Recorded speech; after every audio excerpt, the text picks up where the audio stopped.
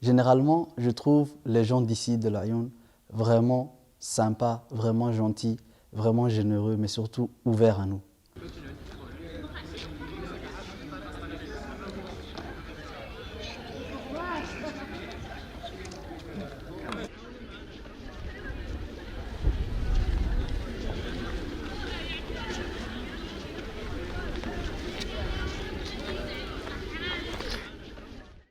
Concernant le milieu de vie au Maroc en général et à Laayoune en particulier, c'est vraiment très aisé. Une fois que nous sommes arrivés même à Casablanca, nous sommes accueillis par l'AMCI et de l'AMCI nous sommes envoyés à Laayoune. Et nous sommes vraiment accueillis de façon chaleureuse et encore plus nous sommes respectés, encore plus nous sommes bien accueillis dans l'école, bien intégrés et encore plus il y a des personnes, des Marocains, des Marocaines, en tout cas des personnes du pays qui sont vraiment très bienfaisantes. Les formations dont dispensent les formateurs sont de très haute qualité et ces formations sont très bien organisées et il y a des formations en temps réel et les formations en asynchrone. Alors nous pouvons dire que les formateurs ils sont de haut niveau et ils sont vraiment doués dans leur domaine. Et ce sont des formateurs qui maîtrisent leur travail et qui sont sympas à travers la transmission des connaissances. Et concernant le milieu d'apprentissage, nous pouvons dire que c'est un espace qui est vraiment modernisé, un espace très sophistiqué et équipé d'installations modernes et qui nous permet en tout cas de pouvoir bien apprendre.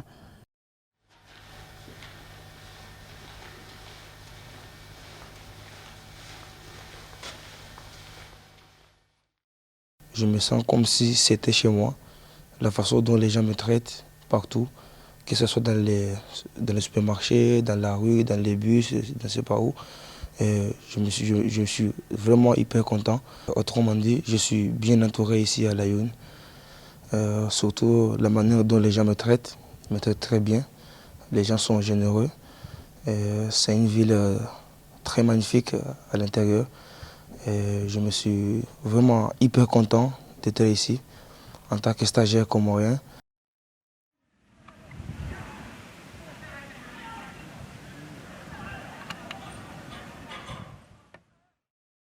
Généralement, je trouve les gens d'ici de Laayoune vraiment sympas, vraiment gentils, vraiment généreux, mais surtout ouverts à nous. Que ce soit les étudiants, que ce soit les gens qui m'entourent. Entre autres, j'exprime mes plus grands remerciements, mes plus grands respects et mes immenses reconnaissances aux cadres administratifs qui fournissent vraiment l'effort pour qu'on réussisse à faire, après les présentiels des cours magistraux, des cours en ligne, d'où, selon moi, je ne trouverais pas mieux ailleurs. D'où Welcome to Laayoune, Welcome to FMPL.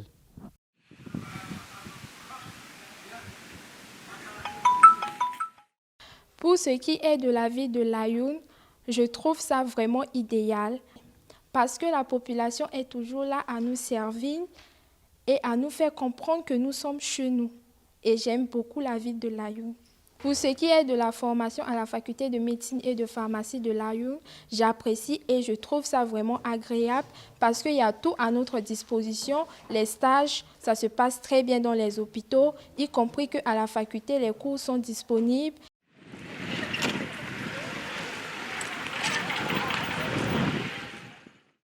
Je suis de nationalité burundaise. J'étudie à l'université ST, École supérieure de la technologie de Laayoune, et je fais la filière de génie agrobiologie.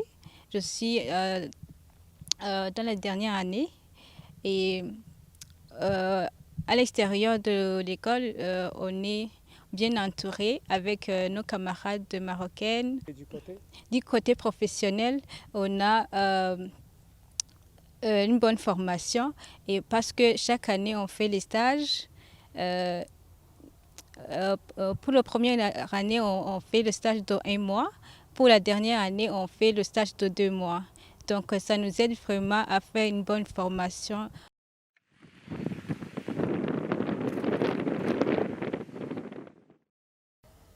Donc ici à Laayoune, depuis notre arrivée, on a été d'abord à la base, on a été bien accueillis ici là.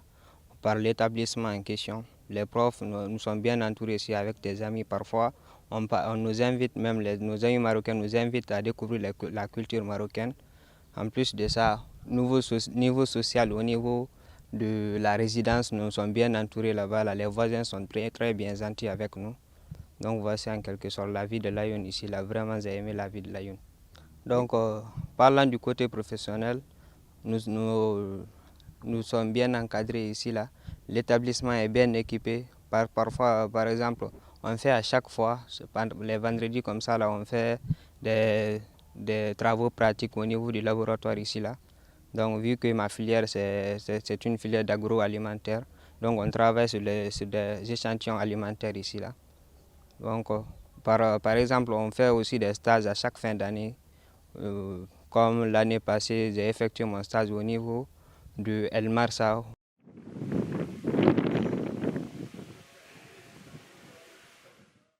Il ne faut pas le nier, qu'ils ont des avantages au niveau du logement, au niveau de l'hébergement, de la restauration, etc.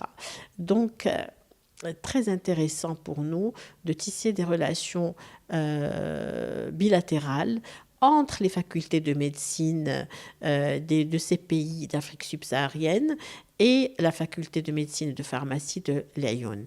Les consulats aussi qui sont présents ici à l'Aïoun et à Dakhla nous aident et nous soutiennent dans ce type de partenariat, puisque nous avons justement œuvré à ce que les pays qui vont envoyer leurs étudiants sont des pays en premier lieu représentés par leur consulat ici à l'Aïoun. Je donne l'exemple du Burundi, de Sao Tomé et Principe, l'exemple aussi des pays des îles Comores, il y a aussi le Gabon.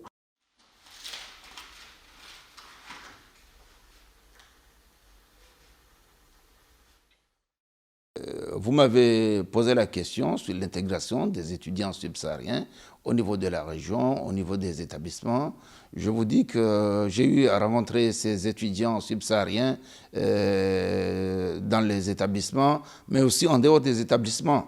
Ils se sentent très bien et ils sont inscrits à la faculté de médecine et de pharmacie, à l'école supérieure de technologie, à la CMC, mais aussi à l'ISTA, c'est-à-dire c'est les établissements qui relèvent de la formation professionnelle de l'OFPT.